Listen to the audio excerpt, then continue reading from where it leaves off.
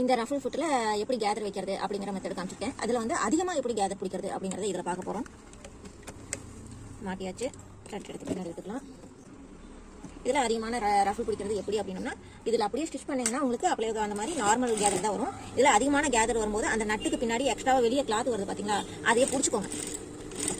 Cloth வந்து நிறைய move ஆகாமல் கொஞ்சம் கொஞ்சம் இப்படி பிடிச்சிக்கோங்க. பிடிச்சி கிளாத்தை விட்டீங்கன்னா இதில் அதிகமான ரஃபிள்ஸ் நம்ம பிடிக்கலாம். ஒரு 2 இன்ச்சு 3 இன்ச்சுக்கு அப்படியே கிளாத்தை பிடிச்சிக்கோங்க. இதுதான் வந்து இந்த ஃபுட்டை யூஸ் பண்ணும்போது அதிகமான ரஃபிள்ஸ் பிடிக்கிறதுக்கான மெத்தட். ஏன்னா இதில் ஊசி வைக்க முடியாது, ஏன்னா அதோட ஃபுல் டைட்டை நம்ம வச்சுட்டோம். ஊசி வைக்கிற அளவுக்கான ஃபுல் டைட்டை நம்ம வச்சுட்டோம். விரல் வச்சு துணியை வந்து நல்லா பிடிச்சிக்கிட்டிங்கன்னா அப்படியே பிடிச்சதை விட இதில் வந்து அதிகமான ரஃபிள்ஸ் நம்மளால் பிடிக்க முடியும். அதிகமான ரஃபிள்ஸ் வேணும்னாலும் அதிகமாக கூட நீங்கள் நல்ல விரல் எடுக்காமல் பிடிச்சிக்கலாம்.